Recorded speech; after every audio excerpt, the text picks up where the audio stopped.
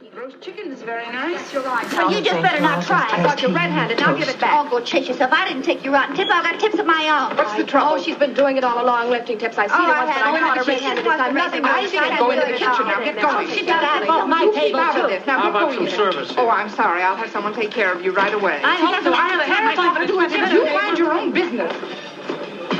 Sorry to leave you like that, but we're so short-handed, and now this. Let's see, you want a tea? No, I want a job. What? Well, you seem to need help, and I want a job.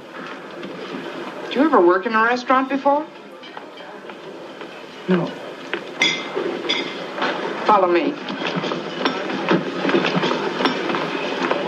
Kind of a nervous gal, aren't you? I'm just a little over-anxious, I guess. Well, you want to watch that. It's tough on dishes. Personally, I don't think you're the type for the work, but against my better judgment, I'll give you a trial. Now, you'll need white shoes. Ask for nurse's regulation, any of the stores, $2.95. We furnish your uniform, but it comes off your first check, $3.95. You get it at cost and keep it laundered. If you don't suit us, we charge you 25 cents on the uniform. That comes off your check, too. Keep your own tips. Here, have your tea. Thank you. What's your name? Ida. What's yours? Mildred Pierce. Welcome back to the show, everyone. Welcome back. I mean, it's been a minute since we've recorded. It's been a minute. We took a little summer break of a few weeks. We did. We had a rerun last week, but we're back with a new episode. Back. Absolutely. I'm glad to be recording. This is going to be a really fun episode. This movie, every time I watch it, it just brings to mind so many other things. So we're going to have a lot to talk about right now. But listeners out there, my name is Pete. And I'm Scott, and these are the movies that made us gay. Jackson Cooper, good friend of ours. Jackson. Last on the show for the Family Stone. Our Christmas episode.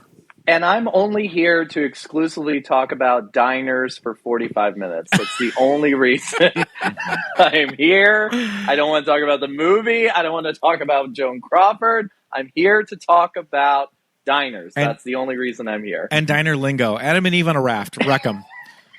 What? What is it? What is Adam and Eve on a raft? I don't know. I feel like I Love Lucy taught us what it does. I think Ethel taught us what it means, and I don't remember. Something on toast. There is something on toast. I think Adam and Eve on a raft is like eggs on toast or something. But what is Adam and Eve? Okay. Yeah, I don't know. Banana fried something? Yeah. Banana apples. Oh boy. The diner situation in this movie. Fried chicken and dry martinis. Oh goodness. What a breakfast of champions. I feel booze soaked after watching the amount of drinks. Well, I should probably give a proper introduction to the movie that we're talking about with Jackson. We watched a Mildred Pierce. We got to the Mildred Pierce episode. Yes. I feel like we're almost episode 200. We're getting there. Episode 200. We squeezed in Mildred Pierce right before we rounded that corner. Directed by Michael Curtiz. Is it Curtiz or Curtis?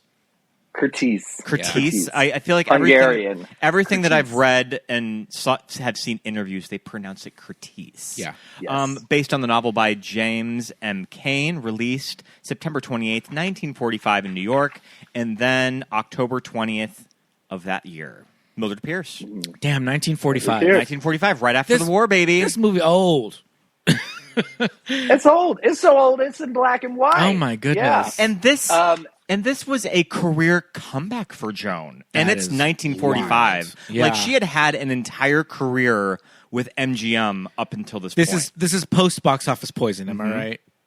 Post box office poison, a few years post box office poison. So she was in that rut for quite a long time and made some really dud movies. Okay. I think the most famous one from my research that she did was, I think it was 1942, was this movie called Hollywood Canteen, where she she's dancing with the sailor, and the sailor says, did anyone ever tell you look like Joan Crawford? And she's like, my husband does. So it was this kind of in-joke about how washed up she was by that point. Oh my goodness. Famously parted ways with MGM mutually. And then she went to Warner Brothers and lobbied really hard for this role with Jack Warner. And then later Michael Curtiz, because Curtiz was very adamant that he wanted Barbara Stanwyck. He did not really care for Joan, and she really had to fight for this role, too. Did you see the other actresses who turned this role down? Oh, I have them listed, but I know that I believe that Barbara Stanwyck was unavailable, so it was first offered to her. Do you know who else was on the list?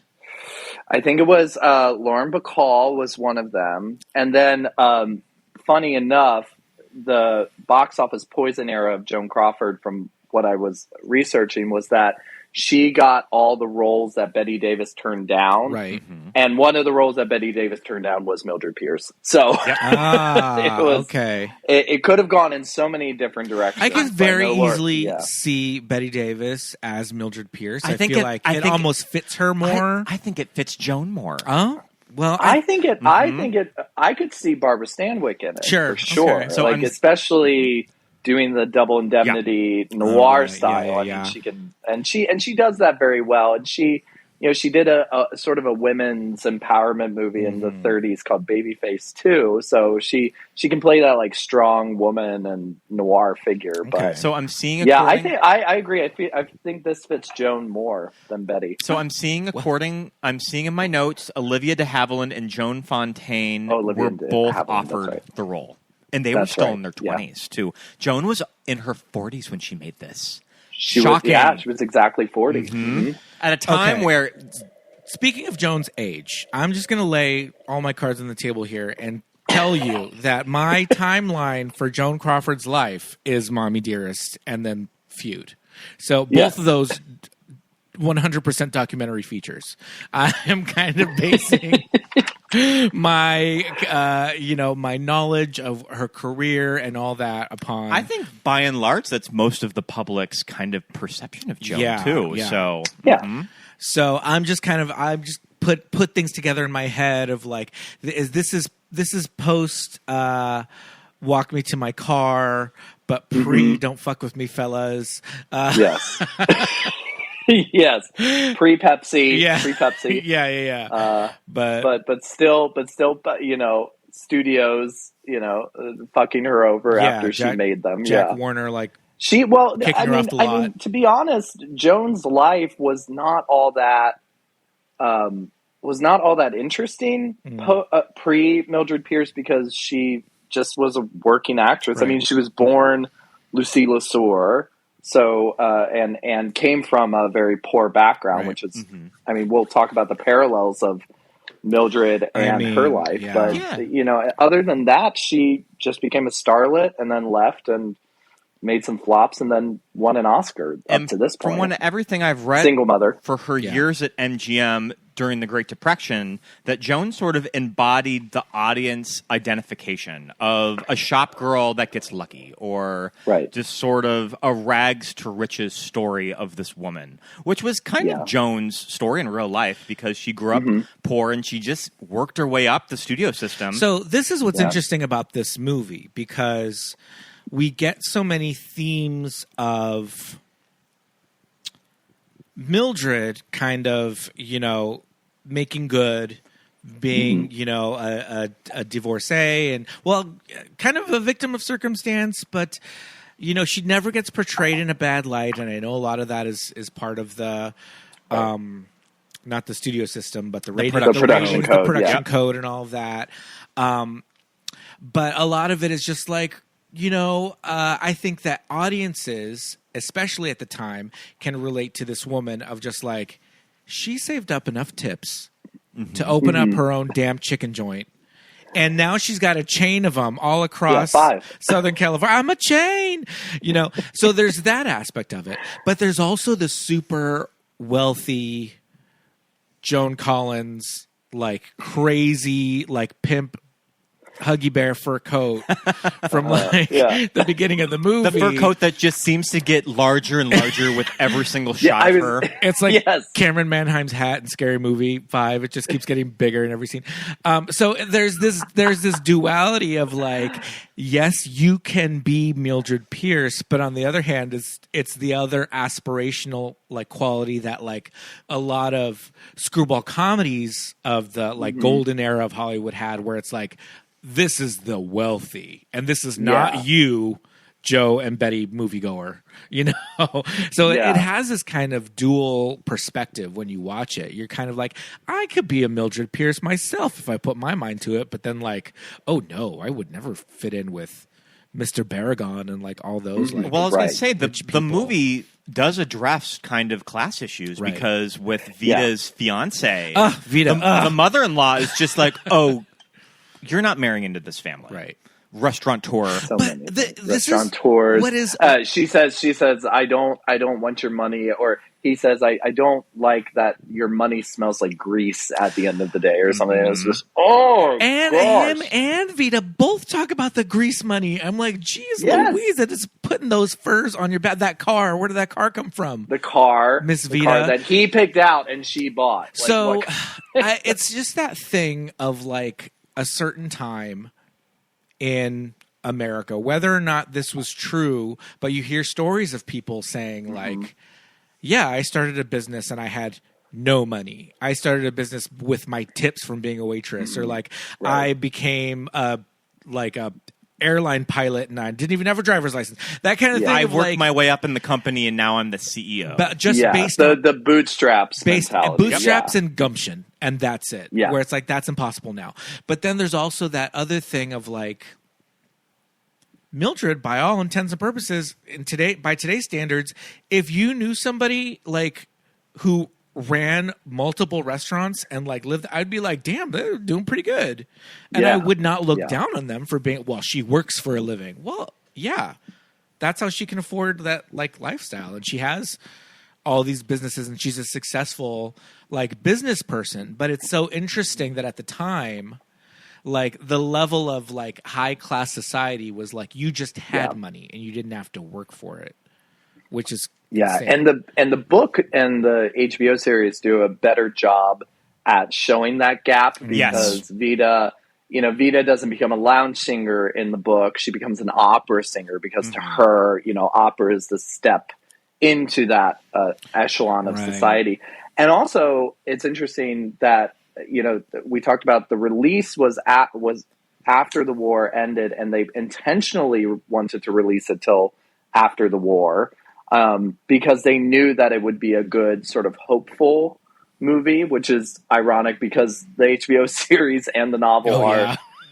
I don't want to say the ending is hopeless, but it's not it's like, and then life just goes on. There's nothing glamorous about it. So I think that's an interesting. You bring up a great point, but for people coming back from the war to see that hope, like, I can. Life is hard, but I can work hard in this country, and by golly, pay for everything and make a life. But I think there are elements of melodrama, like the shift in the costumes and stuff that are a little unrealistic to it's like, okay, she suddenly runs chains and she's wearing fur and a hat and a veil. The hat situation and all this stuff. It's like there are just these massive melodramatic signifiers of like, I have money now. It's still a black and white movie from the 40s, so it's still over the top. Exactly. This house that they live in, that Veda is just like, this hovel. I can't believe we live here. Speaking of which, it's huge. Speaking of which, this house in Glendale, we know who lives there now. Friends of ours live there. Bought that house. Friends of ours live at that location. Clearly, all of the interiors are on a soundstage at Warner. But the exteriors, we know who lives in that house. I think they only show it at the very beginning, actually. I think they don't really go back to I think so. Everything else is like the beach house or the restaurant. Yeah. Yeah. Oh, fascinating. Scott was like, like blah, blah, blah's house. I was like, wait, are you saying that because it looks like the house that they bought? And he goes, no, remember? They bought that house. They bought that house. Like, oh, yeah. There was one shot where the background of which, as you said, the interiors were on a soundstage. But for a minute, I was like, is that the Baby Jane house? Like, are they, they just reused? And then I went, oh, no, California, that's just how all the houses looked at the time. Yeah. That design. Yeah, pretty much. Well, you guys were talking about just Joan's look in this movie. And I know with Curtiz as the director, that was a big point of contention, was just Joan wanting to tell the story of Mildred Pierce, but Joan still wanted that glamour. And I think that Michael Curtiz kind of wanted maybe a little more realism of who the actual character is, and I know that they went back and forth with that a lot on set. Yeah. Yeah. Did you read the story about the dress? Did you read the story about the dress? There was a story in, I think, her biography where she showed up and she was so used to costumes. She was so used to her having input into hair, makeup, and costumes from MGM that I think that moved over into her Warner Brothers clause. But she showed up and she was just in this like pretty plain dress. And Michael Curtiz thought that it was this designer dress and stuff like that because he had asked her to bring, a dress or two that he thought was, Mildred Pierce. And so she brings one and he thought it was some designer stuff. So he rips it up in front of her. And it turns out that it was just like a $2 dress from Sears. And she was just like, fuck you, and the horse he rode in on.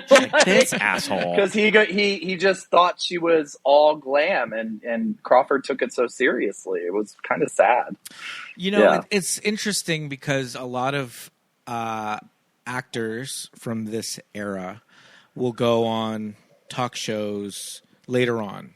They'll go on shows in the 60s and the 70s. There's a really good clip of Joan on David Frost. Well, there's on the Criterion. I mean, there's like famously like Judy Garland would go on like Merv Griffin, and tell these stories, and they're Betty Davis after the stroke, hilarious stories, and we're laughing and laughing, and you're like, that never happened. That's bullshit. They're embellishing just a little bit, so we never know what's true. But this story of the Sears dress, I feel like is kind of has been around for a long time. So there's probably a lot of truth to that. But the idea that I think even Joan is just like, oh, the big shoulders, like I just have broad shoulders, and it's like you just look like an average shoulder lady. Yeah, right. And also, what were these dresses that Michael Curtiz was forcing you to wear that made you look so terrible? She's sitting there on David Frost in this like turban and this sequin gown, but it is a sleeveless sequin gown. And she's talking about how like he hated the shoulder pads and he thought that I was so pretentious for padding my gowns, but really it was I just have big shoulders. And you're looking at her and you're like, you just look like a lady with regular shoulders. So I think it just becomes part of their personality and part of this like persona of just like, what, my eyebrows totally look like this normally. It's like, and there are books that literally say that she called those shoulder pads her iconic look. Yeah. So it was like she was going to have them in every single movie, silhouette, regardless. Of how frumpy her character was. I do love though at one point in this movie, after the restaurants become a hit, and she comes out and she kind of has a little bit of her like glow up, if you will. Yeah. And she really comes out, and it is giving Joan. Like classic, like look up in Wikipedia. That's the picture. Joan Crawford action figure. Yes, yeah. It's the Sean Young and Blade Runner hair. The hair situation on her is fascinating. Yeah, it's of how women could get hair like that. I mean, and so none of it moves. Yeah, it's perfect. Yeah. Well, they would go and they would get their hair done, and then they would go to sleep with an entire roll of toilet paper pinned around their head, and try their damnedest not to move for 2 weeks until they go back to the hair salon. Gay men too at the time, but no one talks about that. No one talks about that. Beragon, what's his first name? The character, Monte. Yeah, Monte Beragon. Yeah. That actor, that hair. Zachary Scott. That was not moving in those winds of Malibu. Zachary Scott, would you say Zachary Scott's kind of like a poor man's who is Clark Gable? No, I'm thinking of Robin Hood. Oh, Errol Flynn. Errol Flynn. Is he kind of I can see it. Is he kind of a working man's Errol Flynn? It's kind of a Errol Flynn, Cesar Romero, Ricky Ricardo kind of deal. That's so interesting because I remember the first time watching this movie, and at the very beginning, we'll get to the plot, listeners. Don't worry. But at the very beginning, we still follow a structure. Yeah, don't worry. they refer to her as Mrs. Beragon, and then we meet the character, and his name is Monte Beragon, and all that, and like. I went to high school. There were a set of in my graduating high school class, there were 3 sets of identical twins. And one set were the Beragons, Richard and Renee. And it's spelled differently than in this movie, but I just always knew like Beragon as being like a Latin as a Hispanic name. Yeah, and it's with an A at the end. And it's Beragon, like with, and so I was like, what the fuck are they naming this character Beragon in this 50s, in this 40s movie? And then they do address it. She's like, that name's fucking weird. Where does that come from? And he's like, oh yeah, it's Spanish and Italian and it's everything. So I mean, yeah, I guess it's in there somewhere. But this character is a Pasadena socialite. Yeah. So I mean, somebody from old money in Pasadena. There weren't a lot of Latins in that crew, or probably Italians or Portuguese or wherever the name all together come from. Yeah, having those huge mansions on Orange Grove Boulevard. Yeah. That's the one thing that this movie, that the miniseries really like stresses of that, when she moved up. Mildred's really made it when she can buy a mansion on Orange Grove in Pasadena. Like that is she moves up. Yeah. That is like the people that are too good for Los Angeles and Beverly Hills. You get a mansion on Orange Grove. Yeah. There were times where the beachfront definitely gave me some Big Low Lies vibes. So, sure, I get that. I know 2 different things, but still, I was like, that beach house. The signal of wealth, absolutely, in front of the water. So Scott's whole thing and mine too. We're watching this and we're like, that beach house is on the sand. When you read when you read the trivia, it got washed into the ocean. I mean, I could imagine why. What? I mean, it took another 40 years. It wasn't until the 80s, but there was a big storm. Wow. Yeah, there was a storm in the 80s. So interesting. Just at that time on PCH, you would see these cute little cottages on by the beach. Sand. That does not sound the structurally beach. sound. I don't. Who designed that? Okay, sure, great. Oh, climate change didn't exist no. so it's all good. Yeah. Do we want to talk a little bit about the adaptation of Mildred Pierce and how the movie screenwriter Ronald McDougall of that when they adapted it? You've read the book, right? I have, yeah. And I just finished it. We've both have seen the HBO miniseries that follows the book a little closer. We can talk about the HBO series later because I definitely want to get into that.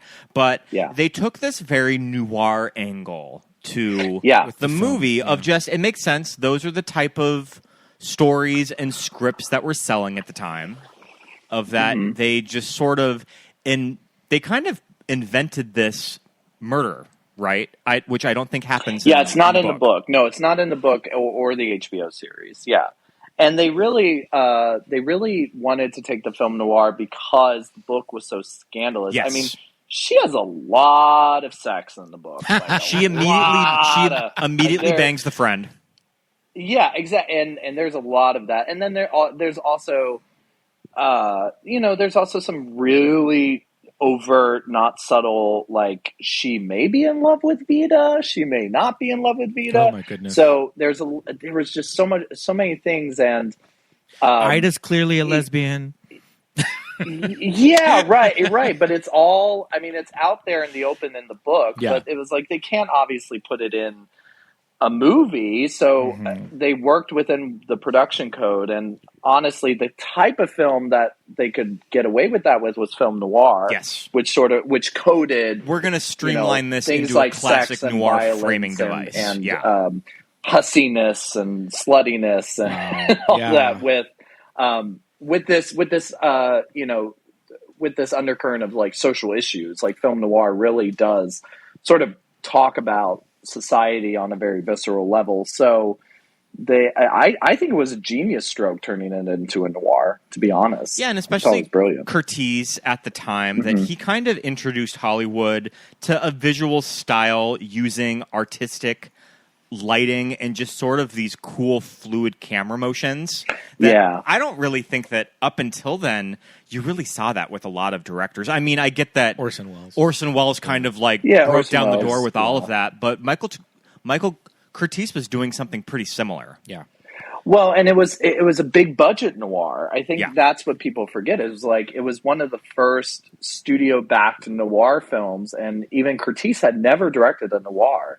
And noirs were famous for being Poverty Row, low budget, just filmed in 5 days, camera set up, and sort of just churned out. And so here was Warner Brothers taking a really big chance on this and giving Curtiz, who had never, like I said, never filmed a noir, and he does this amazing thing. It's kind of like Billy Wilder doing, Sunset Boulevard. It's just like his first, he takes all of the good things and makes it better. But how wild is it, though, that they're like, well, Mildred can't have a fling with her husband's business partner while they're still married. That's off the table. But you know what she can do?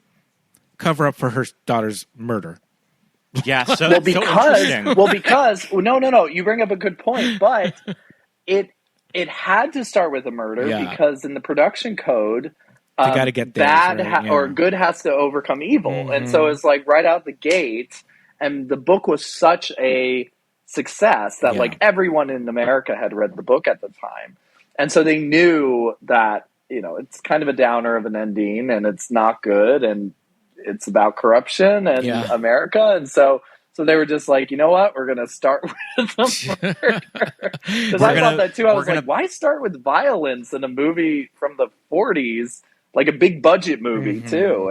And it was like to say, somebody's getting the bad punished. guys. We're going to punish bad the guys gonna get punished. Everybody hates the rotten daughter, so she has to get hers at the very end.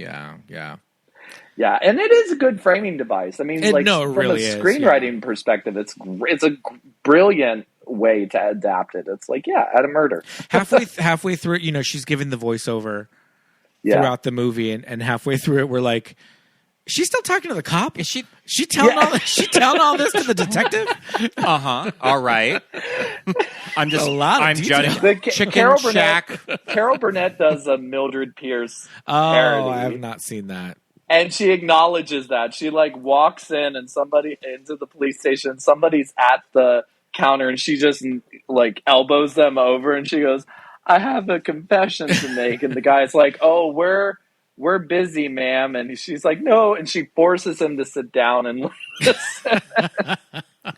That's amazing. I have to find that. That's probably online somewhere. Yeah, it's great. We'll go to YouTube. I've gotten my notes here. Franchised Chicken Shack. Yeah. Multiple husbands. Rotten daughter. Rotten daughter. This movie has everything. And the thing about franchises, murder, evil daughters, pneumonia. I think my biggest takeaway with this is a movie, and the star power of Joan is that whenever you mention Joan Crawford to anyone, you usually just immediately go to Mommy Dearest. Right. Beating your kid with the coat hanger, all of that. But when you really look at Joan's career, just her work commitment was like no other actress at the time. And I think that people kind of take for granted what a fucking great performance this is, too. I think it's also a great performance in a literal history of great performances. I mean, I think it's fascinating to see. I can't think of any actress really, not even like Meryl Streep or Bette Davis, where it's like every decade was so defined by a different performance. Maybe Barbara Stanwyck, but it was just like, Crawford was in silent movies in the 20s, and then was, these great stock characters in the 30s. And then she does Mildred Pierce, and she does all these sort of very kick-ass women after this, and then she does the the Baby Jane era. And then she does, it's just this whole entire, she has so many chapters to her life. And it's just, I think the performance that turned her around too. I mean, literally. Oh, absolutely.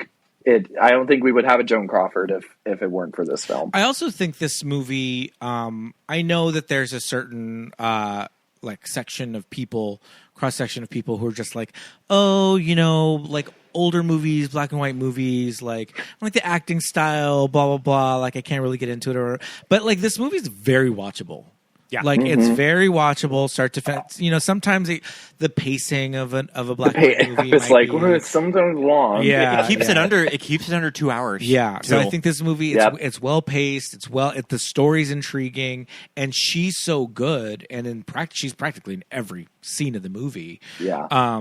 But she just keeps you like captivated the whole time, and because of this like murder, I mean it is a mystery. They set it up one way at the beginning. There's big switcheroo, you know, all that stuff. So it's a captivating watch, you know, even for people who are not maybe into, you know, an older picture like this. Yeah. So, and the twist, as you mentioned, I think still holds up.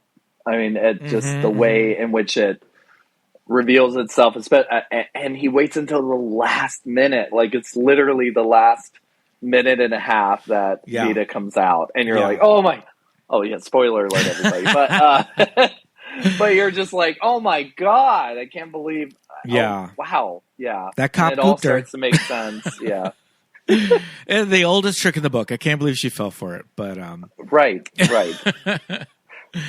So okay, we've gone this far without giving like a TV guide description of what this movie's about. We should try to at least. Sure, I mean, give your Reader's Digest. It is just sort of this ultimate story of middle class. The struggles of middle class, too. That Milldred isn't introduced as being poor. Like, she lives in a house. No, yeah. She lives in this nice house in Glendale with their daughters. Husband immediately leaves her in the first 10 minutes of the movie. Yeah. And she has to figure out how she's going to pay the bills. Yeah. Yeah, I love that she's just like, well, I got to get a job. Like, and I know how to do nothing. Like, I'm literally have just been a housewife, and not that that's just not doing anything, but in the workforce, she's in 1945. She's literally like, I have zero marketable skills. But also good for her. I mean, this time around watching it, I was like, good for her, because he leaves her, and her first thing is not, oh my gosh, he's gone. I mean, she does do that, but her first thing is like, I need to get a job to support my children. Right. You know, like it's such a great, I mean, I wouldn't call it feminist, but it was just such a hopeful thing where she just goes, no, I need to kick into gear and you know, take care of the kids. The kids need me. Yeah. And it's just a beautiful motherly instinct. Yeah. I do also find it interesting that because of the period, he is like, I'm leaving you. This marriage is over. I'm moving out of the house. Yeah. But divorce, nowhere. We'll think about it. Even on the table. And when she does bring it up for tax purposes only, he's just like, God damn it, Milldred. One more thing out of you. And it's like, why don't you just divorce her? But okay, so husband leaves, and Milldred has two daughters, Veda, who is older, and the younger daughter, Kay, who is a little tomboy. And Kay, I love. Like, right off the bat, Kay's amazing. She says, she doesn't say, peaches. She says, like, beets or something. She says something crazy. Like, it's like, peaches. She, like, Veda's telling her, like, because Veda's kind of stuck up from the beginning. She's very prim and proper. A little bad seed-ish in the way that she, like, talks to the parents. In that a little bit, you already see her sociopath when Milldred is telling them that the father left. She's just playing the piano, like, what is wrong, mother? Where is father? Yeah. Is he coming home? Is he ever coming home? And she cares more about the dress and not the divorce. Yeah. And it's just this, like, early sign of, like, ooh, we got to watch for that one. That scene of Milldred coming up the stairs, and she overhears Veda talking about how much she hates the dress. The look on Joan's face just breaks your heart. Of that, this little girl is awful. I do like that they, Anne Blyth. Anne Blyth. I like that she looks young enough, but also has a maturity in her. Yes, she's very delivery, well cast. So that when we start out at the beginning, she could be 12 or 13. Yeah. And by the end, she could be 18, you know. Right. 17, 18. And Blyth was 16 when Holy they filmed this, which is shit. crazy. So, wow. So I was reading that Anne Blyth is one of the oldest Academy Award nominated actresses that's still alive. That I think Wow. that when Angela She's still Lansbury, alive? I think that when Angela Lansbury passed away, I think it went to her. Wow. Wow. She was okay. 16 and 45. Oh, my goodness. Can we get her on the phone? I know. Can we get her on the phone? And also, Angela Lansbury shared the supporting actress category with her This year? the year that this came out. Oh, wow. Because Anne What was Blyth it? and 45. Angela. What was Eve Arden. Gaslight, right? Oh, okay. Wait, Scott. 45 must have been Gaslight. Scott, what did you just say? That Angela Lansbury Hold was on. also nominated the same year? Let me look it up. Or are you talking about Eve Arden? Well, Eve Arden was also nominated. Yes. Let me look it up really fast. Okay, look that up, but we have to talk about Eve Arden as Ida. You mean Lucille Ball Light? Okay, Our Miss Brooks. kind of putting a little cap on Angela Lansbury and Best Supporting Actress. It was The Picture of the Dorian Gray. Picture of Dorian Gray. That's right. Okay. They lost wait. They lost to Anne Reeve for National Velvet. I'm probably voting for Eve Arden in this category. Eve Arden is I would say this is an Oscar-worthy performance. I can't see anybody else in this. I love a no Barbara Bel bullshit. Geddes, no one. I love a no Right. bullshit front of the house manager. Yeah. See, this is also that thing of that time period that shit like this does not happen anymore. Where you walk into a restaurant and there's like a little bit of hubbub going on, and you're like, "Oh, what can I get you? You can get me a job." And they take her back. She takes her to the back, gives her uniform, and she's like, "Oh, by the way, what's your name?" Yeah. You're hired. What? That hasn't happened to you? It's happened to me. Yeah. I've been hired. You went in for an interview though, but No, I was hired on the spot at a restaurant in Bozeman, Montana, by the owner of the Emerson Grill. Robin hired me on the spot. but were you interviewing there? No. You were just eating there? I walked in and just, "Are you guys hiring?" She says, "Yeah. Do you want to work as a dishwasher?"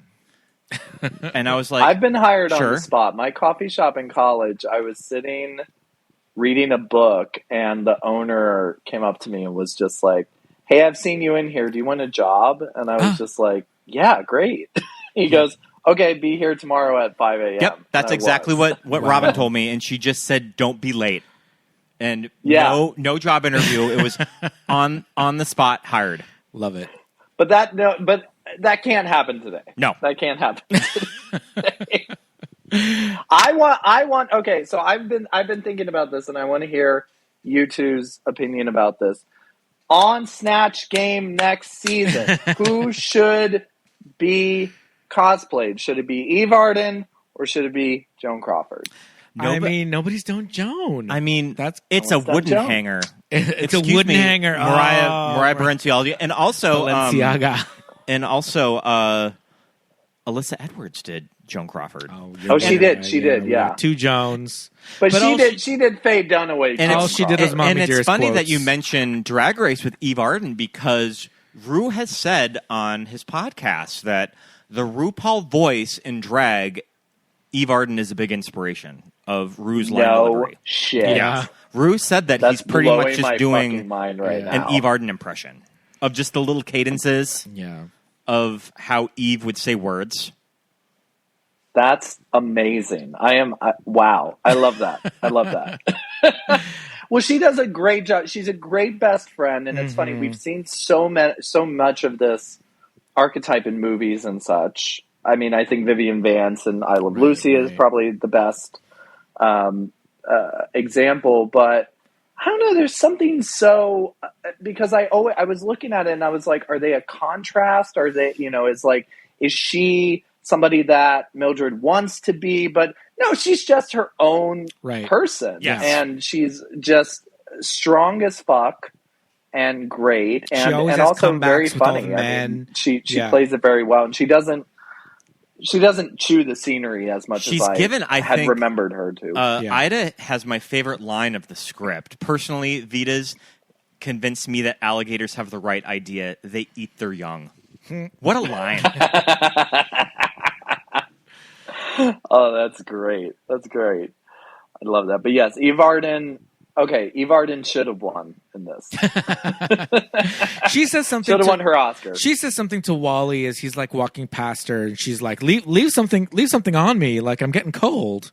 Like he's undressing her with his eyes or something. I'm like, oh my goodness, I love it. She has some good burns in this movie to pretty much everyone. Yeah, to everybody, including Mildred. She tells it to her straight. Yeah, Eve Arden walked so that Mary Wicks can run. There you go. But I love the idea that Eve Arden is she's probably cast in this movie as maybe somebody a little less glamorous than Joan Crawford. Yeah. Less glamorous than Mildred Pierce, who's not a glamorous character. Shouldn't be. But Eve Arden character. is still but gorgeous. She's so beautiful. She's so beautiful. And so well dressed, and her hair is all this. So and even when she speaks, she's not like,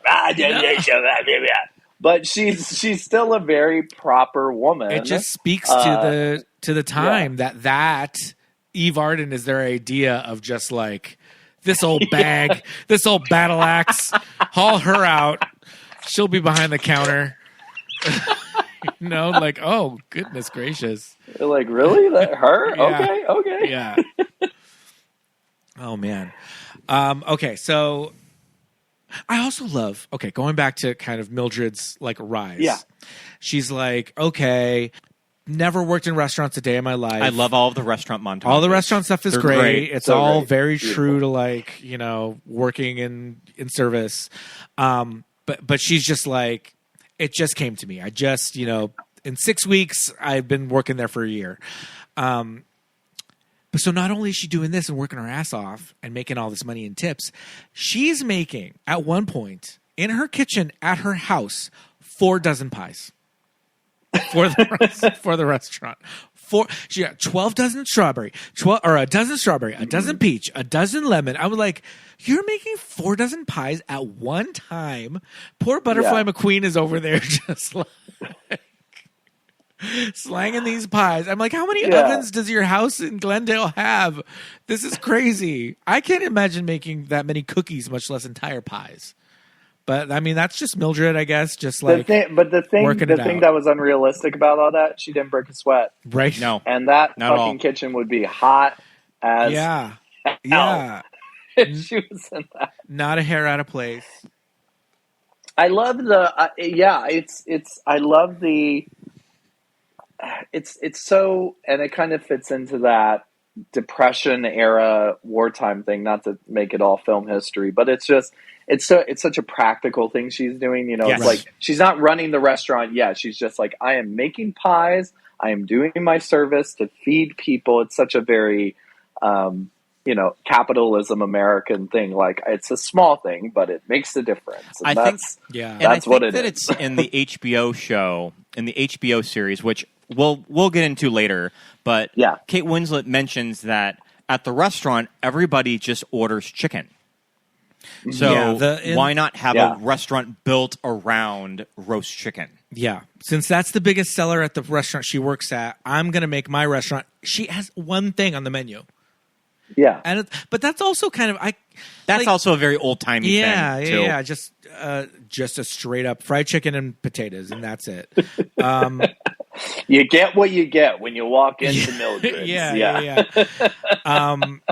But yeah, soon she needs the startup capital to like get this building, and this is where Mr. Beragon, Wally helps her out. Right, old business partner of her husband, and they would develop homes. They're in real estate. They're in real estate. The scene where Wally first finds out that they're separated, and he just like forces himself in the house. They play it as like funny. They play it as like this comedy, like wacky scene, and you're like, oh my god. Yeah, because she's like, "What are you doing here?" He's like, "What are you doing here?" It's that. Oh my god, what's going on? But he fully does just break and enter. Yeah, you're like, this is borderline assault, but they're playing it off like, "Oh, Wally, classic Wally." That's just now we do have to talk about this. Movie does pass the Bechdel test. I checked. It does pass the Bechdel test. But what I love about the men in the movie is that they're just plot devices. Sure. Like there is nothing there. There is no one of those people who has any semblance of like inner conflict where everything is so on the surface. And Monte's a big dummy. Like, he's broke. He has to get money from Milldred once she makes it big. And he's just kind of portrayed as this dummy rich kid. Yeah. Yeah, and spoiled, and Wally is this sort of like greedy, businessman kind of thing who like can't let it go. So, I love how the men are. I hate to say this, but I love how the men are portrayed in this movie because they suck. Yeah, they suck, and there's no attempt to make them good at all. It's very interesting, the portrayal of Mr. Pierce, her husband, Bert. Mm-hmm. Yeah, because because this is a production code era movie, spoiler alert, they do kind of reunite somewhat at the end of this movie. Yeah, he's there. He's there with her at the end. They walk out, and they get back together in the book, right? I think they do. I think they do. Yeah, and so it's like he's there. So he's a little benign. He's hesitant to get a divorce, but he ultimately does grant her a divorce, and he's just like, oh, you're gonna make it out like you're gonna prance me out in front of people and make me look like I hit you, but he's like, I'm not going to do it, so they never make him go too far because I guess ultimately that's her husband and she's Mildred Pierce, and so he's still kind of like, he's not bad enough for us to be like, just leave him, But he comes back to her. Yeah. I mean, that's also what's great. It's like she doesn't go crawling back to him. No. He comes back to her. Yeah. He's like caring for her, and so it's a good role reversal for the genders in that regard. Yeah. And also, to go back to film noir for a second, in film noir, there's the femme fatale, right, which is always supposed to be connected with a romantic relationship. Like, the man, Fred McMurray or whomever, is, seduced by this woman and she's the one who leads him into all this. And here, Veda is the femme fatale. And so that's why I also was like, it's a brilliant adaptation because it's like, if the novel has all of this about how much she loves Veda, it's like, well, then turn Veda into the femme fatale. So, she gets seduced by her in a sense, and she ends up backstabbing her. It's great. Yeah. So we do have to... It's very interesting how Kay's character is kind of used in this adaptation. Because Kay, who is the younger daughter, she's probably about 10 or something. Because she does say to Veda that she gave something up. Like, Veda was like, oh, you got to stop doing blah, blah, blah. And she was like, I gave that up at 9 years old. And I think she was talking just boys. Yeah. Yep. Boys. Okay. So she's at least 10. But she does catch pneumonia, which in 1945, death sentence.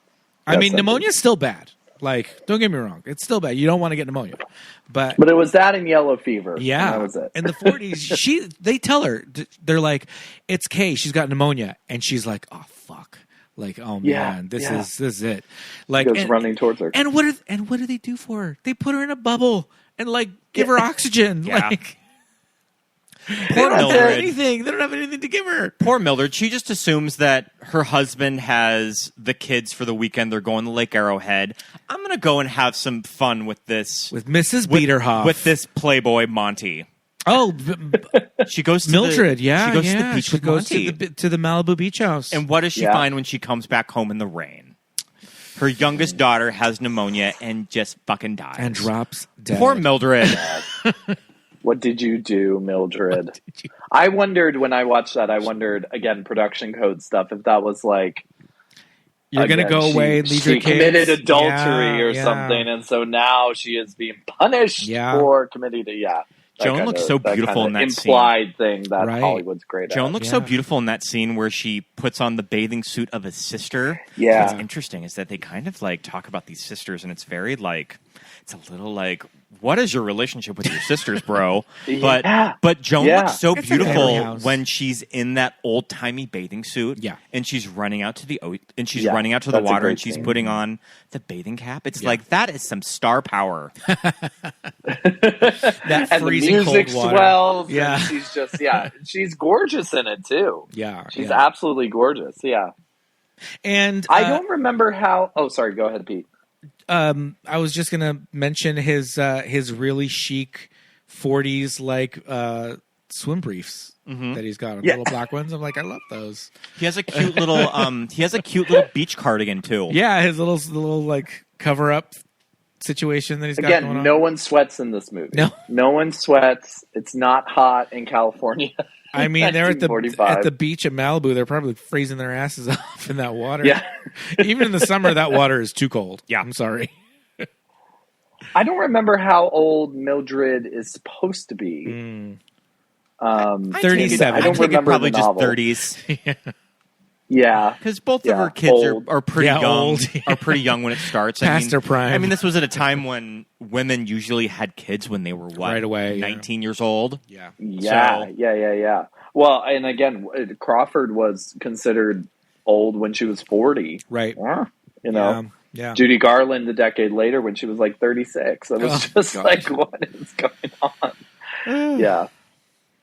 I think that the passage of time when Mildred gets the first property that she's going to make this restaurant, and then all of a sudden she's flipping this whole nother Yeah. location, that I'm like, whoa, how did we get to this? How do we get to this place? Yeah. That I think Yeah, that there's just a yeah. passage of time that they don't really talk about, that it's been a few months since she's bought the first place from Monte, and now he's the financial backer, and she's helping to flip the new location, right? Yeah. I think but yeah, because I noticed that too, where there was just continuity issues, and I kept trying to dial in my ears a bit to be like, are they going to say something in the plot? Yeah. And I think it's when Veda goes away for a while and then comes back. Yeah. That they're like, oh, you're back from your trip, Veda. You know? Yeah. But I think that's the only, we don't know, you're right, how long that passage of time is, because she just says, and suddenly I was opening up all these restaurants. Yeah. And what does she have? Laguna Beach and Arcadia and like all these different locations. I'm like, geez, they're far apart from each other. I was like, okay, you better work, Milldred. Good for her.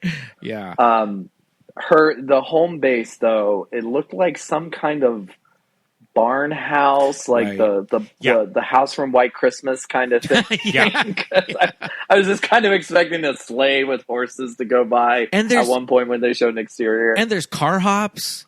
Like there's Yeah. like full on car hops outside. This place is full service. It is like, okay.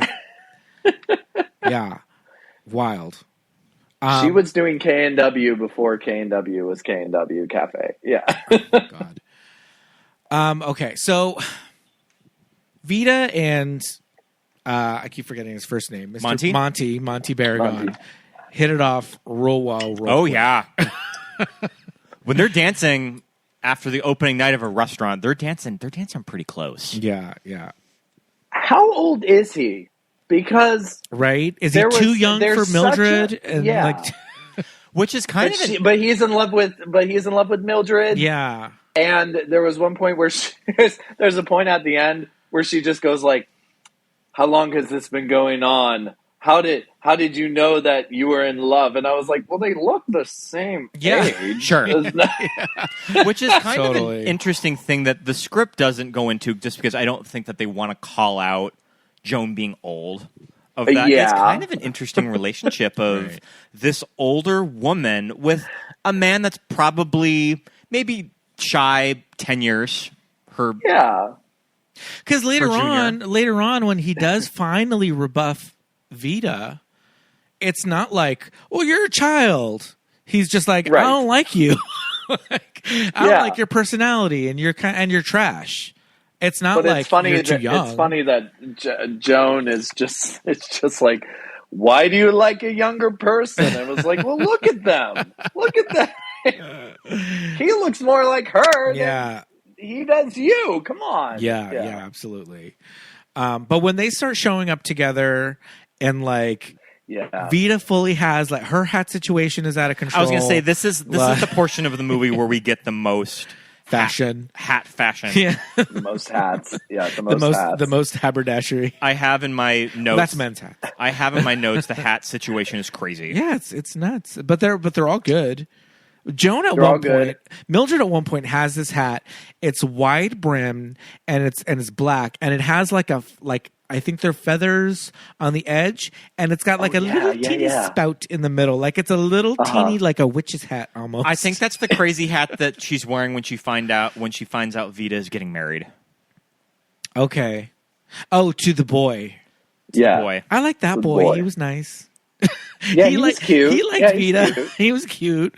His mom was not nice, but I mean, that sucks what they did to him. The mom character reminds me, Jackson, I don't know how much you watched of the HBO series. She reminds me of the Hope Davis character.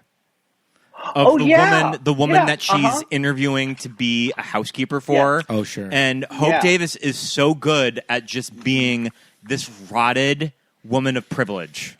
Yes. Yeah. She was great. Yeah. You're right. I never drew that parallel, but you're right. Those are basically the same character. Yeah. Can we talk about this, the scheme that Veda... Oh, my God. Veda and frickin' Wally. Yeah. Like, this guy, he just keeps getting worse and worse. At first, I'm like, oh, he's okay. Yeah, he wants to get in with Milldred, but he ends up helping her. He's kind of a dummy, but he does help her out. But then, this fucking scheme with Veda. Okay, walk us through it. Awful. What's Veda's plan? Veda's plan is to fake a pregnancy, and then it was going to fail, and she was going to get money from the family, $10,000, which she ultimately gets. Well, do what? Which she ultimately gets. Well, she gets the check. Yes, she gets the check.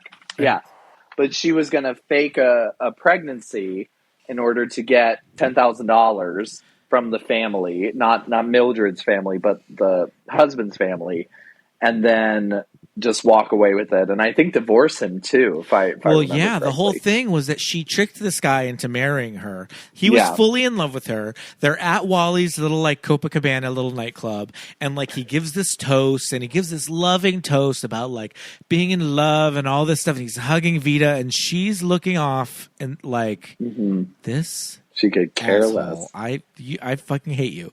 And then all of a sudden, like, Milldred is like, what's going on? And they are already married. So is the deal that his mother is so like high society hoity-toity that like Veda, she's like, my son's not marrying into your family because your family smells like grease. Yeah, I think so. And like kitchens. Yeah.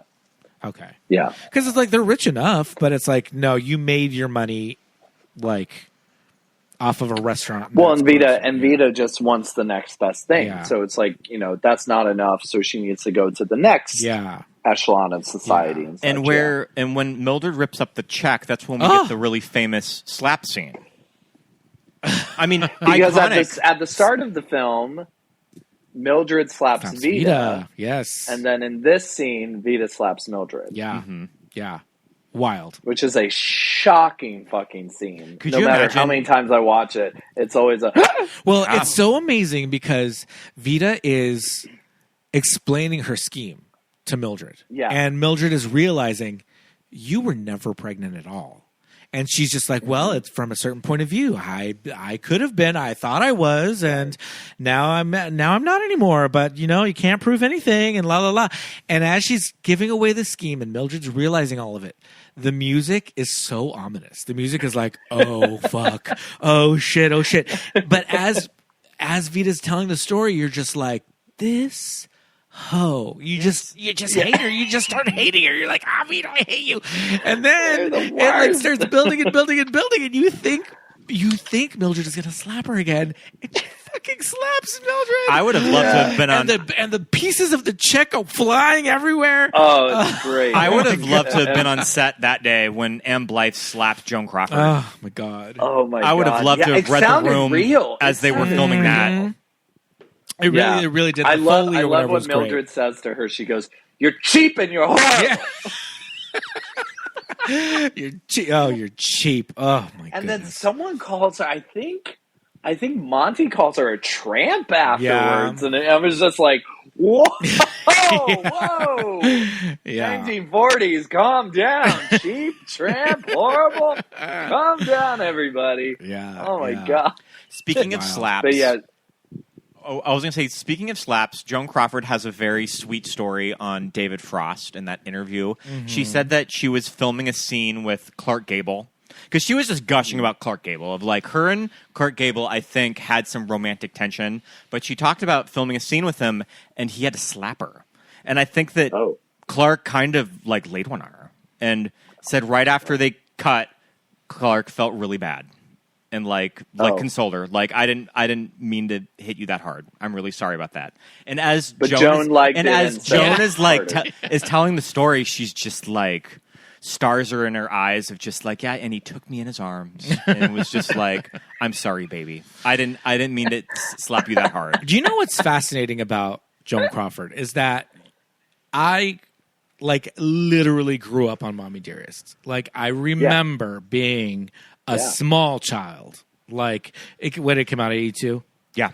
And it was either on, on TV or HBO, whatever those like weird, like early cable channels were. Or we may have even rented it because we were VCR early adopters.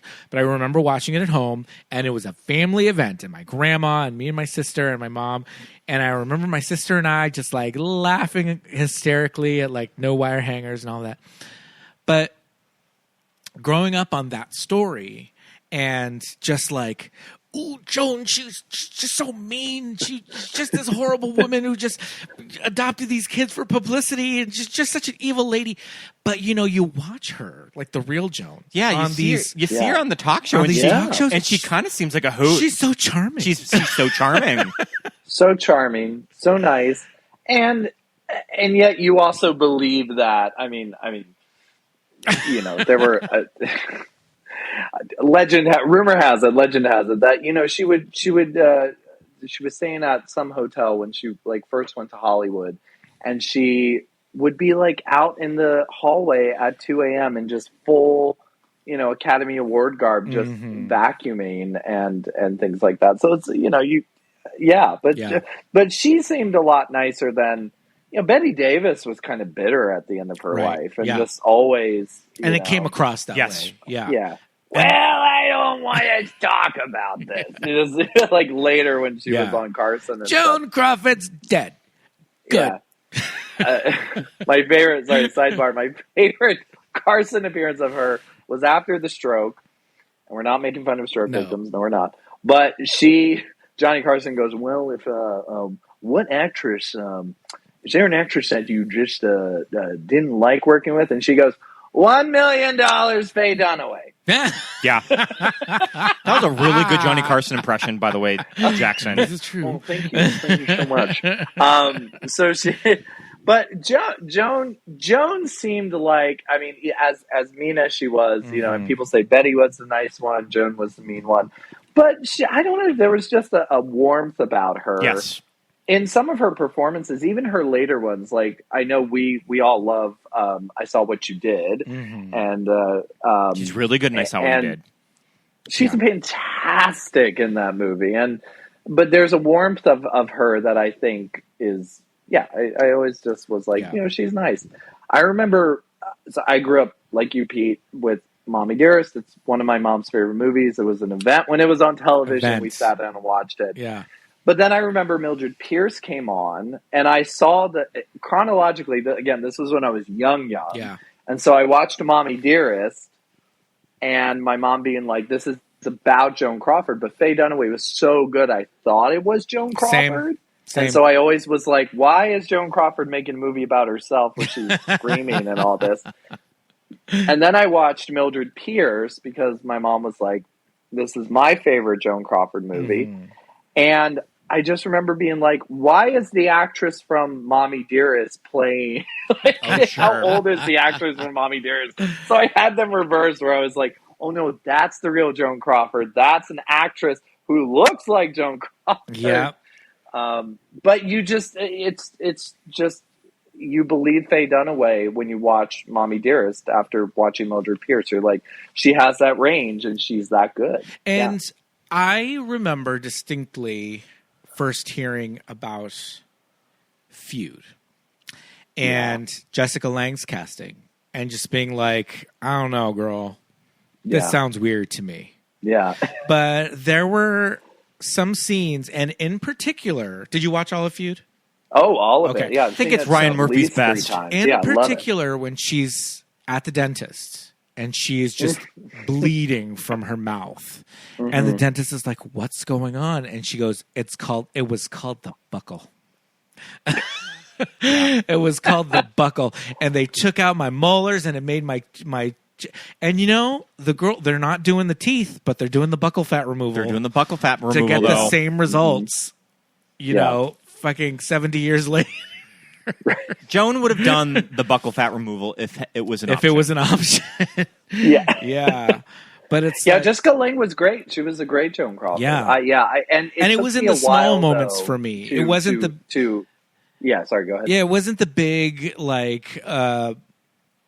Baby Jane recreation moments. It was those smaller things when she was at the dentist or when she's sitting alone in her apartment in the 70s in New York City and all that stuff where I was like, okay, now she's giving me Joan. But I couldn't really reconcile, the casting for a long time. And then I finally watched it and I was like, okay, I get it now. Yeah. Yeah, and part of me was always like, this sounds like a cheap excuse, but I was like, she doesn't sound like Joan Crawford. And then, but it was more that antics and, the fighting and the just how the strongness, the strength of her that I think Jessica Lange did very well. Yeah. Because part of me was always like, oh, shouldn't it be reversed?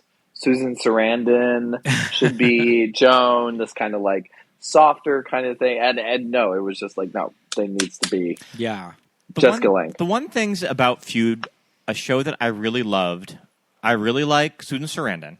I think that there are parts of her, Bette Davis, that really worked, but what I don't think worked as well is when she was actually in the Baby Jane costume. Yeah, I agree. And I think it's just one of those things that Bette is just, that's a really tough act to follow. Of that when you're doing that role, that is who you have to compare yourself to.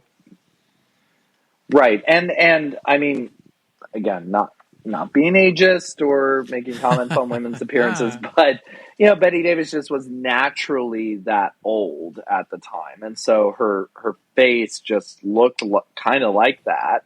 And then they pancaked this Grand Guignol, makeup on her, this kabuki kind of thing.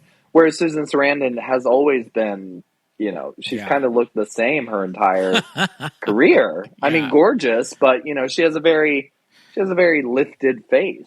I mean, wasn't Susan Sarandon at the time when they produced Feud older than Bette Davis was? I think she was portraying her considerably older. Yeah, considerably. Yep. Like Bette Davis was like younger in early 50s. Yeah, in that. So wild. Yeah. So she looks so strange when she comes out in this pancake makeup. Yeah. It's just such a surreal thing. Yeah. But I thought. Oh, go ahead. No, I was just gonna say the things that they kind of portray Joan, and a lot of what Mommy Dearest does it, and Feud did it. They kind of portray her as being slavish to this beauty regimen, of like the witch hazel in her eyes and all this, the ice baths and all this crazy stuff. These famous larger than life stories of the work that it took to be a movie star. Yeah, and the buckle, teeth removal and all of that stuff. But you watch Mildred Pierce and it's like you can't argue with that face. Yeah, gorgeous. You can't argue beautiful with face. it. And I don't think she's too gorgeous for it. I loved the HBO series because Kate Winslet was so good. And yet the entire time I'm still thinking like, it's still Kate Winslet. Right. Yeah. It's kind of like, I mean, Todd Haynes, we've talked about Carol and Far From Heaven, and it's just like, there's still this artifice of like, there's still a movie actress, there's still beautiful Hollywood stars. And so as much Todd as Haynes Kate Winslet tried to... Todd Haynes knew what he was doing when he cast that one as Mildred Pierce. So, okay, so we can segue into a little bit about the HBO series. I remember watching that when it came out. I had just quit my first job when moving to Los Angeles. And we had moved into our apartment, our duplex in Pasadena. And I remember watching all of that miniseries, no furniture. I just sat on the floor, and it was right when we didn't even have the couch We yet. got AT&T cable. Yeah. First time in my adult life that I ever had HBO or access to HBO, anything on demand. So I demanded all of Mildred Pierce, and I watched it in a matter of like 3 days. Yeah. Just on the floor of our old apartment. And the HBO series, it's a proper treatment of the book. Of that, there's this movie that we're talking about, which is classic 40s noir movie. You get Joan's performance, but there's just something about how grounded Todd Haynes' vision is of that material that I think is so successful. It's almost word for word. Yeah. I mean, that was the incredible thing, was reading the book alongside watching that movie. And I was purposely saving watching the 40s movie until, either today, the day we're recording, or the day before. And it was interesting to read the book and then watch the movie and read a chapter and watch an episode and blah, blah, blah. Because it was, I mean, he takes dialogue directly. It's almost like he's just filming each page, and he has 5 hours to do it. Yeah. So might as well. It's a lot of time to flesh out those characters. Yeah. Yeah, and in a way that is almost better than the novel, too, because the novel only does give so much. I mean, that's what's great about James M. Cain is he gives, because he does this in Postman Rings Twice, the novel that, where it's like there's just enough about what you understand about the character's motives, but there's nothing really about the background. And so Todd Haynes does a good job, fleshing it out and sort of giving more context and background to everybody.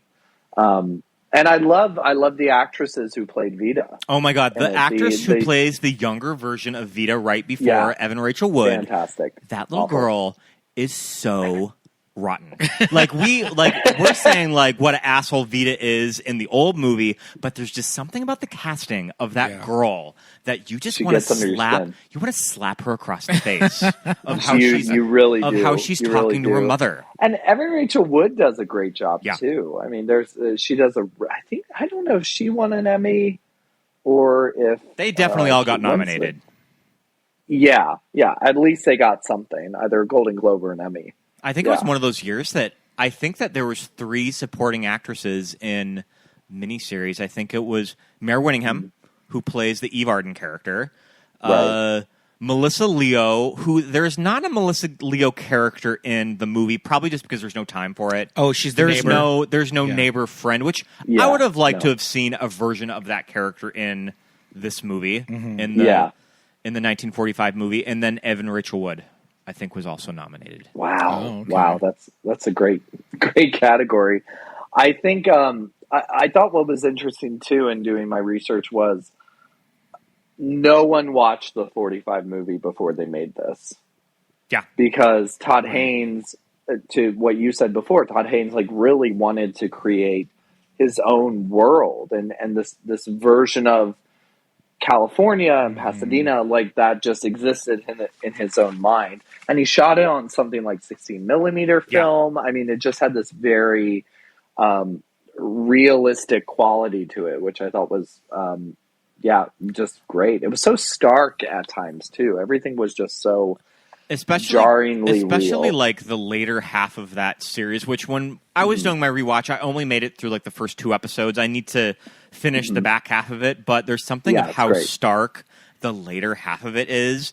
Those moody, dark shots of Pasadena, of the Pasadena Street Bridge, of when they're commuting back and forth, of just how it's shot. Just kind of a very famous landmark that I would drive by every single day, and it was really cool to see that. It's the Colorado Street Bridge, and we can't call it what it used to be called because it's triggering. Suicide Bridge. It's called Suicide Bridge. Yep. by the locals. Yeah. They have since now put up giant fences around it. It's unfortunate because they really mar the look of it. And it's a beautiful piece of architecture when you drive by it, too. But yeah, I always think of those shots of Mildred's car when she's driving from her Orange Grove house. And you had just moved to Pasadena when you were watching that. So I think that's why it just kind of resonated with me so much, just because, I mean, Pasadena is one of Los Angeles' oldest suburbs, and it's where all of the money was in Los Angeles. So it just has this really cool history. Yeah, it's gorgeous. And it's gorgeously photographed in the HBO series, Shocking nude scene with Evan and Rachel Wood. Of how they do that and that. Full ass it will make you, like, gasp of when you see the full frontal of her. Yeah, and then it, like, I think it pans over and, like, it shows Mildred watching. It's and super she's effective. Just staring at her. It's like, woo! Yeah. I remember watching that as a kid and being like, oh, what? You know, and not from the nudity, but just from, like, she's just not moving, you know? Like, Kate Winslet is just in awe of her daughter naked, and that's just, I remember reading a lot of just sort of interviews with both of them, and I think Evan Rachel Wood understandably would be nervous or hesitant about doing it, and she went to Kate for advice, because Kate is no stranger to nudity on screen, and she's just like, you know, if it fits the story, this is a very shocking moment of these people's lives. I think you got to do it. Yeah. Yep. And she kind of gave her this pep talk of that. I think it's appropriate for how shocking this moment is for the character. Yeah, it does advance the relationship. It's a critical moment in both of their relationships and their relationships together that I think advances it. You're right. You're absolutely right. I think it's great. It was great to see, and I think we talked about this on the Carol episode, where it was great to see Todd Haynes take something like that, because it seemed like he was working out everything that he would perfect in Carol. Yes, it's definitely the opening act to a movie like that. Definitely. Yeah. But you can see where one leads to the next, which leads to the next. And I was watching a very great, Be Kind Rewind did a great featurette on the two Mildred Pierces on YouTube. And they were just saying, like, you know, it also followed in his sort of chronology of films that were all new takes on old things. And so, it was just really interesting that he did that first before Carol, because I think Carol is such a great condensed version of what makes Mildred Pierce great. So I'm going back to the cast list for our 1945 Mildred Pierce, and I'm looking at these actors, and I'm like, oh boy, Joan Crawford was born in 1906. Oh my goodness. Mrs. Biederhoff, the other woman who Mr. Pierce is like shacking up with. This woman who, by the way, she was in Mrs. Biederhoff has her fair share of like hits under her belt. Oh, Lee Patrick's most known for on IMDb is kind of out of control. The Maltese Falcon, Anti-Mame, Vertigo, and Mildred Pierce. Oh my God. Just like a murderer's row of classic movies that you would stumble on the TCM. She was born. She was born in 1901. But now I'm looking through this cast list and I'm scrolling through, and there's someone in here, and this image looks like a passenger on the Titanic. She played a police matron. Her name is Leah Baird. She played a police matron. So she's just there in the police station, and it's probably an old woman. She was born in 1883. Wow. The images in these movies are like Nickelodeon, like you put the penny in and turn the crank at Disneyland, and like pages flap. Oh, you know, you look through the. Oh, you know, just like she played Rebecca of York and Ivanhoe in 1913. Oh yeah, Jesus, yeah. That's everybody knows Leah Bird, star of Stage and Screen. Right. I remember working with D.W. Griffith, and This image of her in this hat, though, on her main IMDb photo, it seriously, she looks like she's It doesn't look any bigger than the Mauritania. Oh my goodness, these movies. She died in 1971, and she was 88. In 1971. Well, she lived long enough to see the microwave, so that's great. There you go, and good for her. Yeah. But it's so interesting that that Anne Blyth, that Veda was 16 at the time of making this movie. We were talking just before we started recording. On our trip that we just took, I downloaded a bunch of Twilight Zone episodes to watch in the plane back. And listeners, don't worry, there were no episodes where planes exploded, crashed, or had gremlins on the wings. But there is an episode where Anne Blyth plays a glamorous actress, a leading lady. And this man, he's a journalist. He goes to her home to interview her. And he starts asking these questions about like her life and her career. And some of the things don't start to add up. And this woman comes down the stairs, and she's old, like bedraggled old woman. And she's like, "Mother, go back upstairs, mother." And she's like, "It's just my mom." And later on, he goes to talk to the mom. And she's like, "She's not my mother. I'm not her mother. She's my mother." So it turns out that this actress, this young, beautiful actress, is like really old, and she like does this thing, and she gets the interviewer, and she gets like a scarab, like an Egyptian like scarab, like beetle, and like puts it on him, and it drains out his life, and then she takes the beetle and puts it on herself, and she like gets younger. And Rod Serling comes out, and like she's like Cleopatra or something. Yeah. All right, work. The promise of youth. And she's just like thousands of years old and has this like Egyptian like bug, but she's just like this beautiful actress in the 60s. And it's Anne Blyth. It's Veda from Mildred Pierce. She probably looks the exact same. She probably looks the exact same. Yeah. She just looks like Veda. I mean, she's still alive. You better work. Yeah, that's wild. Mm-hmm. Again, we got to get her on the phone. I've been on hold. Okay. I love Anne Blyth's little song and dance at Wally's. Oh, it's great. At Wally's bar. Great. You know, that is one thing that you mentioned, that in the source material that Veda becomes an opera singer, which does sound like the Veda that I know, not my Veda in this movie. I feel like she would be like, "Thanks, Wally. I don't need to work. I don't need to sing at your shithole bar." Yeah, I'm good. But I like that Veda's that desperate to do it, though.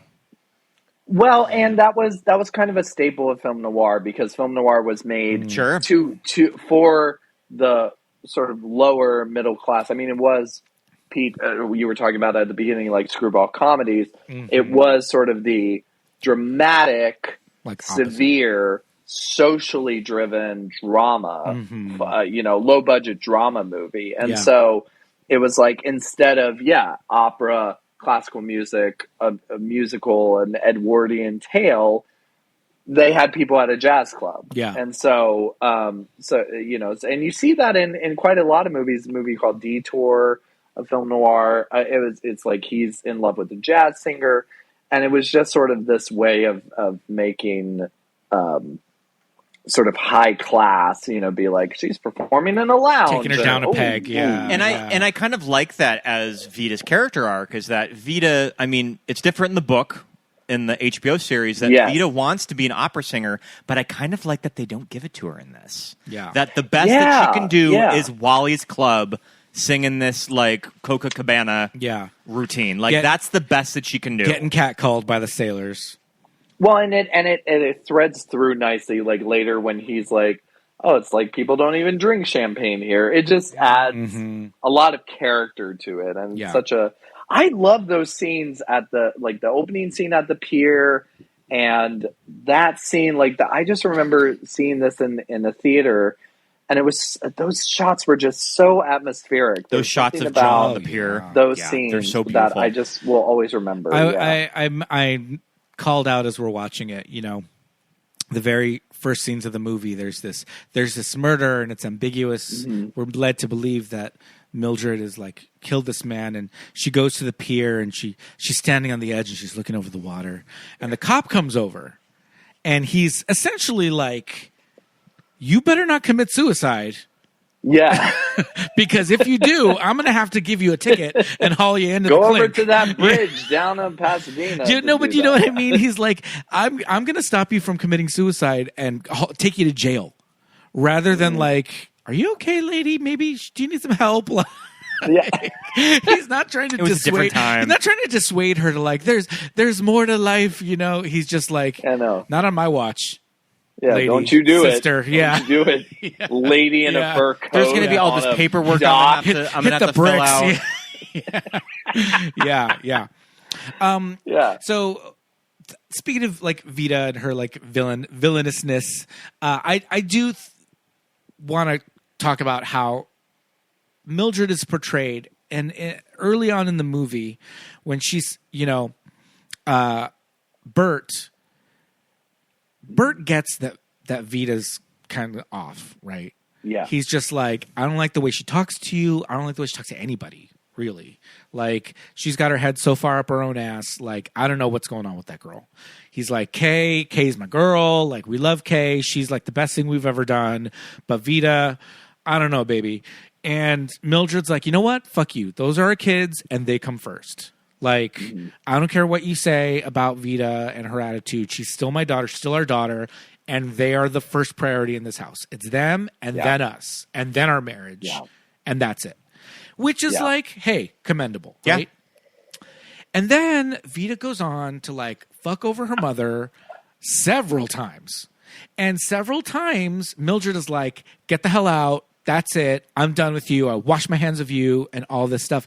She still takes her back. Yep. And I think that's just that moral code, that thing where it's like, She's your mother. Mildred is, no matter what Veda does, she's still her mother, and she still will always take her back and try to take the fall for her for this like ultimate crime. She's still going to go in, and no matter what she's done, try to, steal this man away, like all this crazy shit. She's still, at the end of the day, at the end of the movie, she's still just like, stop talking, don't say anything. It's a trap. Yeah. Like, it's a setup. Like, stop talking. Yeah. Like, we almost had him. I almost had him. And when she does finally have to like admit that, hey, I was covering for her, she's like, she's weeping when she's like saying like, okay, you got me. Like, I'm covering for her the whole time. And it's like, through everything, Milldred still is like, and I don't know if that's just that weird coded thing about her infatuation with Veda, what this spell that she has over her. In this movie, they're playing it off like the ultimate mother. I'm gonna protect my kid. And both characters no just have a codependency that they both do need each other too. And after Kay dies, the very first thing out of her mouth is, don't let anything happen to Veda. Like, you're like, oh shit, that's not healthy. Yeah, and she says something. There's some offhanded comment that Milldred says at some point. Yeah, that it's before that too. That someone says, "Well, what about Kay?" She's like, "Well, enough about Kay, but Veda." Yeah, and it was it's just these, these small things. And in the book, I don't really remember. They don't go into depth why she's so obsessed with Veda. I mean, I think there's just this connection she feels of being the oldest and sort of living through all the hardships, and now Milldred wants to prove herself now that she's older to Veda, and it's so interesting, that codependent relationship. It's fascinating. I think in this one too, I think a lot of it was like, because Kay was like so cool, I think she was just like, she will be fine. Like, Kay's already good. She's already good. No matter what we do, like, she's going to turn out okay. And I kind of know that Veda's going down this path of kind of becoming a cuckoo weirdo, that maybe I do need to focus a little bit more attention on her because she's already kind of wacky. But Kay will turn out fine. We don't need to talk about her anymore. I'm just putting together now, you know, when we did the Mommy Dearest episode, we talked about how it was just Christina and Christopher, and the twins weren't even in it. Yeah. And I wonder if that was an homage to Mildred Pierce. Okay. Yeah. We don't need that. I don't know. We don't need to talk about them. Those Is Ann Blyth on the phone? Come on, we got to get Ann Blyth on the phone. We're still on hold. Real full you have to circle go away and moment. sell something? No? I know. Okay. Jackson, of that you first came on our show. The first time we ever met you was talking about Joan. Was Mommy Dearest. Was Mommy Dearest. Yeah. And this is my last show ever. Thanks for We will never have you back on. Thanks for coming on our podcast. Oh my God. Other Joan Crawford movies, I'm such a fan of Joan post Betty or post whatever happened to Baby Jane. I mean, I saw what you did. We talked about Love. She's so good in it. It's also such a great film. She also did a movie called Straight Jacket, which is fantastic. We love Straight Jacket. Absolutely bad shit.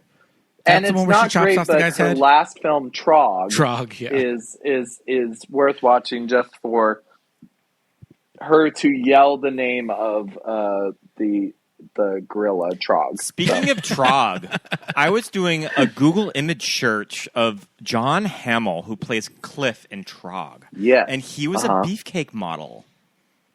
Okay. He was a beefcake model in like the... Oh, shit. In the 60s. Yeah. Oh, my God. Listeners, do a Google search. Do a Google search of that actor, John Hamill. All right. I've been meaning to revisit Trog. It's been a while. It's not great. It's not great. Joan always rises to the occasion, though. Even when the material doesn't quite meet her level, she'll always turn it out, though. She does, and she does that. I think what's so great is how quickly, because I saw this and I always thought it was made much later. I always thought it was made in like 1957, 1959. It was so early, and yet her melodrama fit it so well, but then it became so old so quickly, you know, once it hit the late 50s and things like that. Because even in Baby Jane, it's like that's such a old Hollywood style acting that you just don't see anymore and won't see ever again. Yeah. Oh yeah, absolutely. But I mean, yeah, like I was saying, this movie is it's one of those older black and white movies that still has a little bit more of a modern sensibility as far as pacing and as far as watchability. Because I will concede that sometimes you watch some of them and you're like, all right. It's what I think holds up really great about this movie and a movie like Sunset Boulevard. Of that there's just something about how those movies are directed and paced that it's like how movies are made today. Almost. Yeah. Yeah. Almost. It's like big parentheses over almost. Yeah. I think the movies of today should learn from these movies. Yes. But I think what's really great about this film is it's so grounded in the emotional story of Veda and Milldred. I think the emotional relationship grounds the film from being a schlocky noir, but also this sort of heightened melodrama, because it really balances the two very well. There are full scenes that should not be acted as dramatically as they are, like at all. And yet it's convincing because you have such an investment in it. Like, I love that there's that scene where Monte and her are talking, and Eve Arden had just told Milldred that Veda was taking money from the other waitresses. Oh, yeah. And then she comes in, and Milldred has this literal one beat 180. And yet it works so well. It's like it shouldn't work as well as it does, like the pacing of that scene. But you believe that she just is like, you know what? I know this information, but I love her, so I'm going to keep going with it. And I think that's a testament to Joan and the movie itself. I mean, Michael Curtiz as well. Yeah. Yeah. Should I? Oh, go ahead. Go ahead, Pete. Go ahead. No, I was just about to look up right now. Mildred Pierce from 1945 is not currently streaming anywhere for free, so listeners, you will have to rent this one. It's a nice criterion. It's a mere $3 rental for 48 It's on and off TCM a lot. And it is on and off TCM, so it may be on demand. It's on and off HBO Max as well. Oh, sure, so yeah. It often shows up on HBO Max because of Warner. I mean, hopefully Warner doesn't... I promised the David Niven, Joan Crawford story to end out to round out the podcast. Okay, I heard a story, and I'm not going to say from who.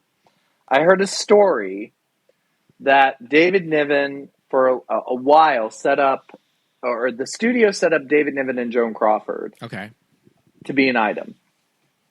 And so David Niven and Joan Crawford were out and about, and Joan was prone to drink.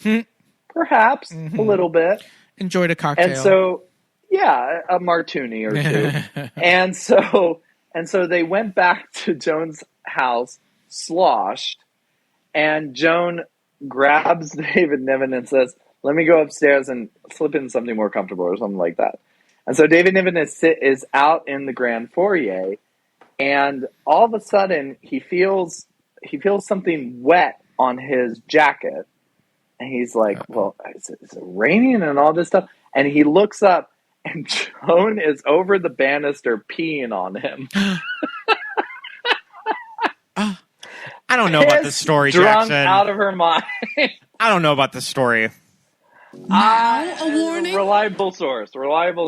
And was Mamacita there to clean it all up afterwards? Oh my goodness! I'm a little dubious of it. I love it. I'm here for it, and I believe it. So Joan Crawford peed on David Niven. There. Wow. Hashtag Crawfordgate. Hashtag. Oh my god. I heard from a reliable source that David Niven Jr. told that story to somebody who told it to my reliable source. So, yeah. Okay. I love that story, and and I'm here for it. I buy it. Great. Oh man. Well, this has been a ton of fun as always. It was good to have you back on. Yeah. And like I mentioned, so great. Full circle moment of your first appearance on this show. I know. It was great to have my final appearance on the podcast. Thank you so much. Full circle. Everybody stream Drag Race All-Stars on Paramount Plus. And listen to our Patreon recaps. Good night. Well, we'd love to have you on again for something. We'll think about it. I don't know what's going to top these two, but until then, thanks for coming on, and we'll talk to you soon, man. Bye, Jackson. All right, thanks, man. Christina, darling, are you trying to kill me? And thank you so much for watching, everybody. It's good to be back recording. Absolutely. We've had a busy past couple weeks. We have had a busy past couple weeks. So, patrons, if you're listening to this live as this episode is coming on, we are behind an episode of Drag Race Recap, but we're working on that. That's coming out very, very, very shortly. I think we're going to do probably this current episode that's probably airing. I think we're just going to do them back to back. Episode 9 and 10, just dropping on the same day. But that's coming out. But speaking of which, Patreon shout-outs? I think it's time for some Patreon shout-outs. No, that's not it. That's it. There we go. You almost played the three beeps there. Speaking of patrons. I know. Well, patrons, we want to say a big, great hello, thank you, and a shout-out to all of our wonderful new patrons and our active current patrons, including new patrons Chrissy and Steven and Jake, as well as Desiree, Adam, Chris, Andrew, Laura, Thomas, Brenna, Jessa Rabbit, Lawrence, Lisa, Alexis, Thomas, Mark, Jackson, Millie, Ted, Benny, Jermel, Melanie, Susan, JJ, Muffy, Jamie, Drew, Genevieve, Dawn, Joshua, Emily, Aaron, Jessica, Nick and Shannon, Christine, and finally Rufino. You guys. Thank you so much. The Patreon is popping off lately. We've got our recaps going on every week where we are recapping the current season of Drag Race All-Stars Season 8. We did one straight from Hawaii. We did. On the lanai. You can hear the crickets and stuff outside. Buzzing and buzzing about. It's not electricity. It is Hawaiian insects. Well, I always wanted to do a live from Hawaii episode. And we sure did. We finally got to it. We sure did. So if the audio quality was a little wonky, it's just because we didn't have our full setup. We had half of our setup. But yeah, we're doing those every week, and we're probably going to continue doing TV. I think we're gonna do some fun TV episodes. TV that keeps later us this gay. summer. Yeah, we'll do some TV episodes. Maybe we'll do Drag Race Down Under. Maybe we'll do Drag Race Mexico. If you guys want to see us do one of those, let us know. But in the meantime, we're finishing up All-Star Season 8, and we're going to be working on some new TV shows. If you have any suggestions, as always, drop us a throw message. those our way.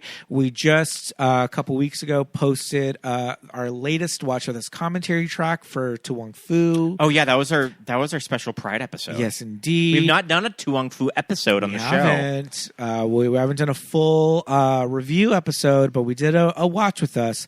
And if you're not familiar with those, we have over 30 commentary tracks. We pick a movie, we watch the movie and record a commentary live as the movie's playing. And if you're a patron at the $10 level, you have access to all 30 of them. So we give you instructions on how to sync it up. If you have the movie on streaming, on VHS, DVD, Blu-ray, what have you, we give you instructions on how to sync it up.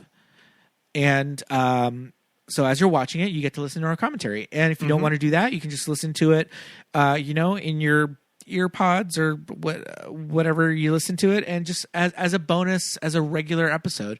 But it's really fun when you sync it up with the movie. So there's lots of those over on the Patreon. So head over to patreon.com/movies that made us gay. We've got lots of different tiers and different options for you to check out. So thanks for everybody who does that. You can rate and give us 5 stars on Absolutely. Apple. We'd love to see that. If you listen on Apple Podcasts or if you listen on Spotify, you can give us a star rating, and we'd love it if you gave us 5 of those. We'd also love any reviews that you want to write. Go ahead and drop us one of those, and we'll read it on an episode. And we just did a live event here in Los Angeles. We have a live event coming up at the end of the month. We're doing a showing of Mean Girls with Rooftop Cinema. Yes, Rooftop Cinema Club at the Arts District in downtown Los Angeles. July 29th. So you can get tickets in our bio. Yes, we will be hosting the movie, doing an intro to the movie, and then after the movie, we might have a special guest. We might have some fun and games. But keep checking the Insta to see what new developments are coming with our Mean Girls showing with Rooftop Cinema Club. So check that out as well. So yeah, go ahead and follow us on all the socials. We are at Movies That Made Us Gay on Instagram. And on Twitter at MTMUGPod. Yes. Just don't spend too much time on Twitter because then you'll get locked out. You'll get banned. Well, you won't get banned. You just can't read any tweets for a day. God, Can you believe that bullshit? That's so mess. funny. Mess. It is a mess. I'm not on Twitter for all that long, so it has not happened to me yet. It's a mess. And we are not verified because fuck that. Sorry. But yeah, no, it's a mess. But we're still there. We just had our interview with CyberSocket. Oh, it was a very sweet interview. I like that. That is on our Instagram as well. There's a link to that. But go over to, I think it's CyberSocket IG. That's their Instagram. You can get access to the entire interview there. So check that out. And yeah, if you want to follow us, if you want to follow our personal socials, feel free. My name is Pete. I'm at Peter Lasagna on Instagram. Scott Youngballer on Instagram, and follow my letterbox. Yes, indeed. Thank you so much, everybody. Until next week. Bye. Bye.